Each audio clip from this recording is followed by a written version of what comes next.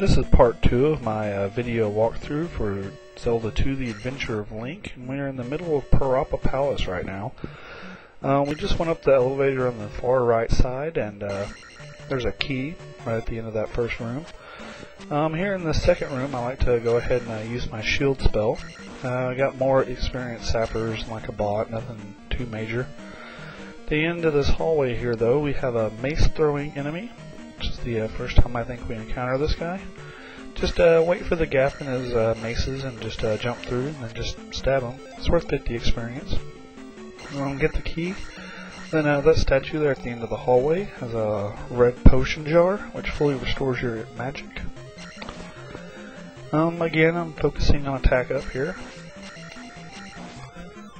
And after finishing that room out, we just want to head back to the left and get to the elevator. Try to avoid the experienced sappers as best you can here. And, once we hit the elevator, we're going to want to go down and then head back to the left to the elevator that we passed. The bubble has showed back up. Bubbles are actually considered minor enemies, which go ahead and kill him again. And, he is worth like 50 experience, so might as well. You'll notice with the level 2 sword that he does die a lot faster than he did before, which I don't know, it's boring, sorry, but just too much experience to pass up. There we go.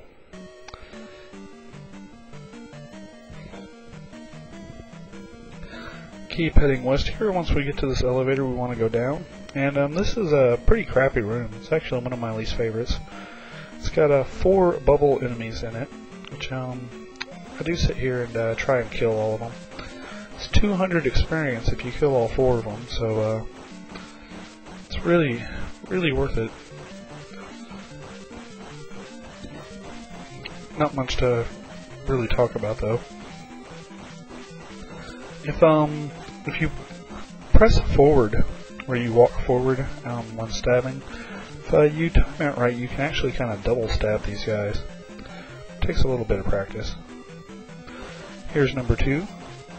The third one in this room is gotta kind of actually watch out for him, because he's a lot faster than the other 2.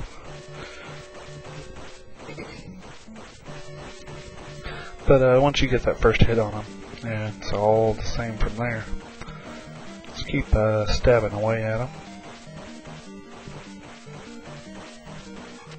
There we go. Now this guy, if you'll notice, he kind of like floats on the wall there.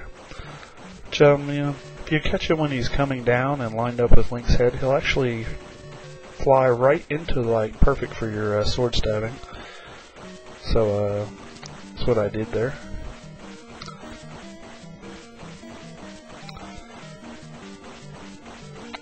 Not much to say. It's one of them boring points. I usually have boring points at the beginning of the game.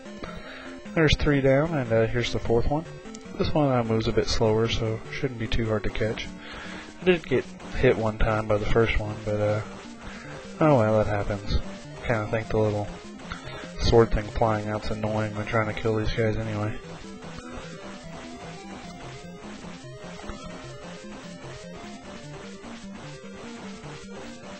If you listen to the audio, you can kind of hear me when I get the double stab off. And there we go, 200 free experience pretty much. Just had to spend a couple minutes killing them. Got a couple bots here, just take them out. There's a P-bag worth 50 experience on this bridge, which accidentally missed it the first time, but it'll show back up on the way back through, so it's not a big deal if you miss it. Got a couple more slimes here, just take them out. In this room we got an axe thrower, or a mace thrower, and we also run across a iron knuckle for the first time. Which I noticed if you just run straight at this guy, you'll actually run under his first throw, so that's what I did there.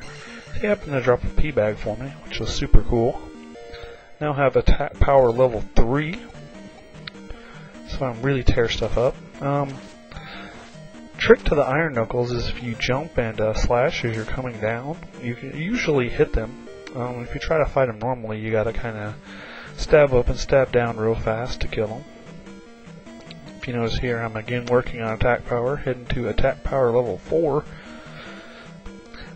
With attack power 3, we can actually kill all these minor type enemies, such as the bubbles and the slimes and whatnot, in one hit.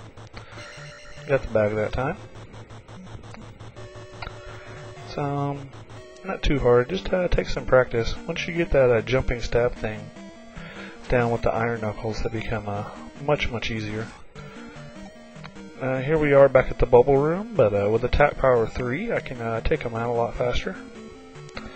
Again, you gotta watch out for the super fast one here, because he'll catch you if you're not careful. I'm being real patient so I can try to get the timing on him right. When coming back through this room, if you notice what I did was I scrolled the slow one off as soon as the fast one came on, so I only had to deal with one at a time.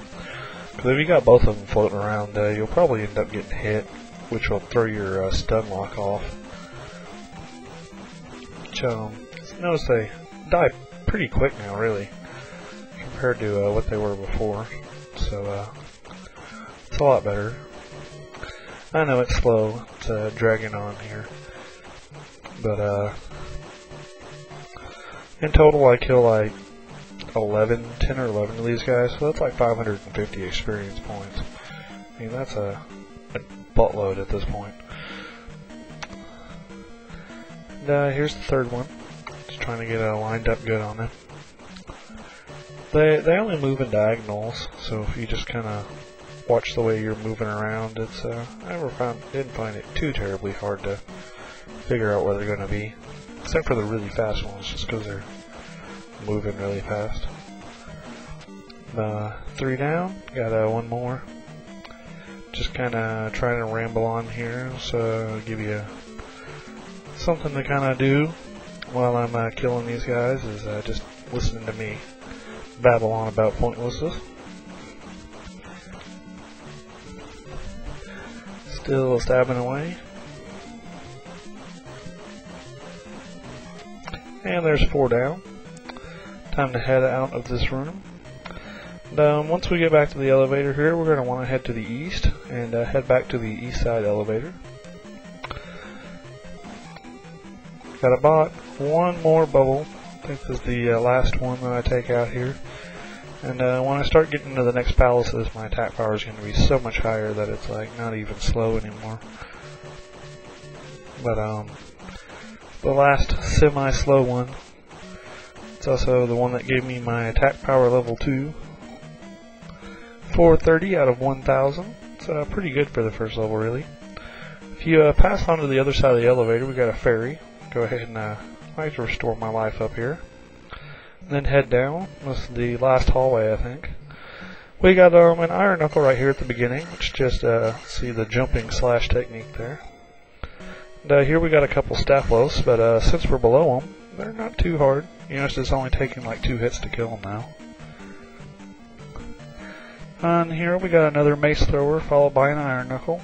Just same old patterns we've been using. Unlock the door and just stab at them. There we go. And here's the iron knuckle, which I actually found the little shorter ceiling areas make it easier to do the jump slash thing, which is why I ran him back here. He dropped a P-bag, which is always cool. And here is the boss, Horsehead.